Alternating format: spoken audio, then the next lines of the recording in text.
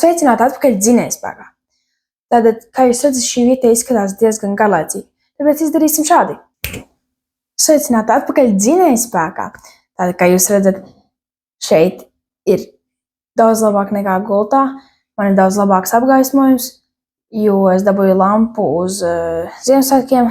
Un šodien mēs runāsim par 4 lietām. Tātad šodien mēs parunāsim vispār, kā es šo vietu uztaisīju vairāk un parādīšu vairāk, kā šī vieta izskatās. Tad mēs parunāsim par Ziemassvētku noskaņām, tad mēs parunāsim vēl par automašīnu firmu un vienu konkrētu automašīnu, un kā arī, protams, 501 mašīnu, ar kuru obligāti jāizbrauc. Nu tad skatāmies. Jūs redzat, esmu nomainījis plakātu, esmu sašķiebis burtus tā, lai izskatās stilīgāk. Esmu uzlicis nagliņas, skrūvītes, visu kaut ko tādu, tā lai arī lineāls un vispārējo tā, lai izskatās stilīgāk. Te ir arī mans auto, ko es pats izdomāju. Kā jūs redzat, arī šis galdiņš. Šim galdiņam ir virsū mašīna, ko es uztaisīju, ko es rādīju 10. epizodē laikam. Tad ir paši izdomātā trase. Jā, un palielam tukšs. Un tad ir forša tāds plakāts ar visiem Saab modeļiem. Un, protams, arī krēsls un ģitāra, ko es nespēlēju. Tagad, kad jūs esat redzējuši šo vietu tuvāk, mēs varam sākt runāt par automašīnu firmu un par pašu automašīnu. Tad šodien automašīna, par kuru mēs runāsim, būs Nissan. Tātad tieši šodien mēs runāsim par jauno Nissan Qashqai, kurš maksā sākot no 29 490 eiro. Ir pieejamas 2 versijas, ir e-Power un vieglā hibrīda versija, par to mēs parunāsim bišķiņ vēlāk. Un ir 5 veidu Qashqai. Ir Qashqai Accente, kas būs 29 490 eiro. Qashqai N-Connecta 30 990 eiro, Qashqai N-Design 36 990 eiro un Qashqai Tekna 36 990 eiro, kā arī Tekna Plus 39 890 eiro. Tad, salīdzinot šīs spēka piedziņas, kas ir e-Power un vieglais hibrīds, tad vieglajam hibrīdam ir benzīna dzinējam talkā nāk akumulators, kas darbojas gan pātrinājuma laikā, gan vienmērīgas braukšanas laikā. Savukārt e-Power apvieno gan benzīna dzinēju, kas uzlādē akumulatoru, un elektromotoru, kas griež riteņus.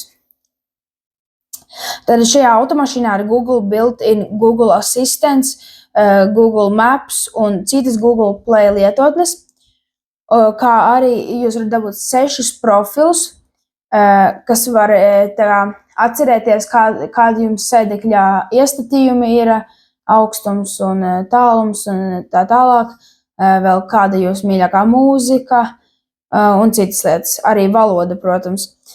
Un runājot par pašu firmu, man ir 3 fakti par Nissan.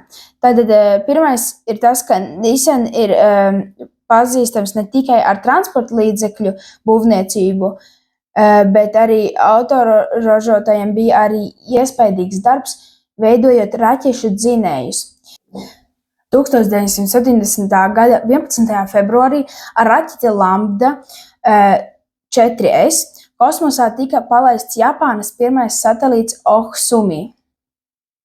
Otrais fakts ir tāds, ka 2013. gadā Nissan Patrol SUV efektīvi vilka 170,9 tonnas smagu kravas lidmašīnu 50 metru attālumā apvienotajos Arābu Emirātos.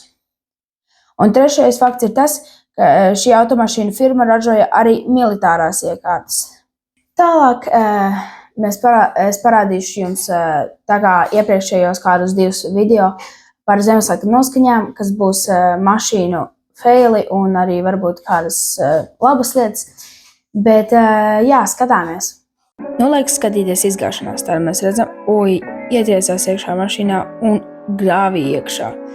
Izskatās pēc fūras, tāpēc varētu būt ļoti grūti izlikt ārā. Tālāk skatoties, mēs redzam, ka divas mašīnas satriecas baigi traki kopā. Es ceru, ka visiem šoferiem viss ir labi. Un te mašīna vienkārši gribēja iebraukt iekšā un pat laikam neredzēja, ka tur brauc cita mašīna. Un šeit mēs redzam, ka ir bariņš cilvēku, kuri grib kopā sadraudzēties un triekties viens otrā.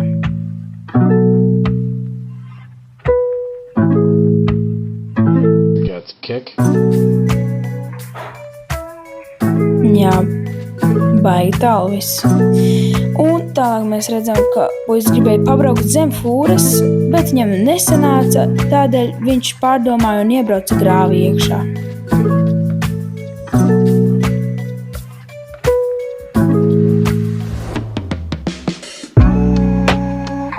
Tālāk mēs redzam, ka viens puisis gribēja driftēt, bet laikam ietriecās iekšā barjerā un gandrīz ietriecās šoferī citā. Un tālāk mums ir BMW, kurš ļoti gribēja driftēt un iedriftēt otrā joslā, lai sadraudzētos ar šo čali, bet laikam tomēr ietriecās viņai iekšā. Un tālāk mums ir tīrītais, kurš laikam neredzēja, ka aiz viņa brauc mašīnas, vai nu šoferim vajadzēja piebremzēt vienkārši. Bet šo jūs katru dienu noteikti neredzēsiet tanku, kurš velk fūri.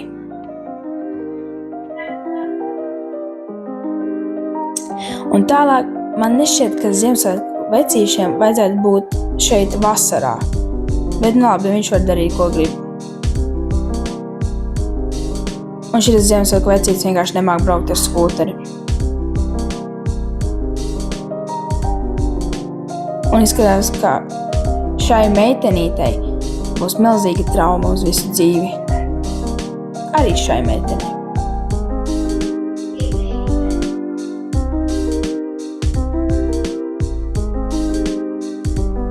Un šeit sīkais gribēja norādīties, bet nokrita.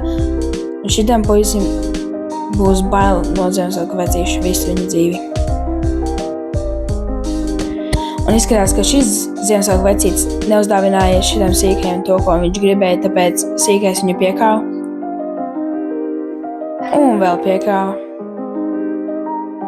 Un vēl piekāva. Un tad viņš aizgāja un piekāva arī sniega vīru, kas bija otrā pusē. Iegāja iekšā, saprata, ka piekaus vēlreiz sniega vīru. Un beidzot iegāja iekšā. Un tad sapratu, ka tomēr vajadzēja vēl vienu reizi iesist sniega vīram. Un šis cilvēks tā strādāja, lai liktu lampiņas, kad vienu brīdī noplīsa un visas lampiņas garzēja.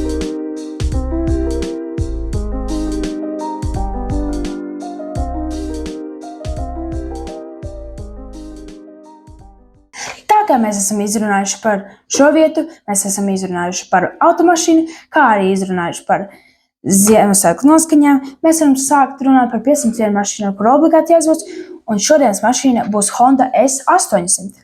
Tātad šo mašīnu ražoja Japānā un ražoja no 1966. gada līdz 1970. gadam, kas kopā sanāk, ka viņu ražoja 4 gadus. Tātad šai mašīnai lielākais ātrums bija 156 km/h un 80 km/h viņa var sasniegt 9,4 sekundēs. Tas būs arī viss šodien.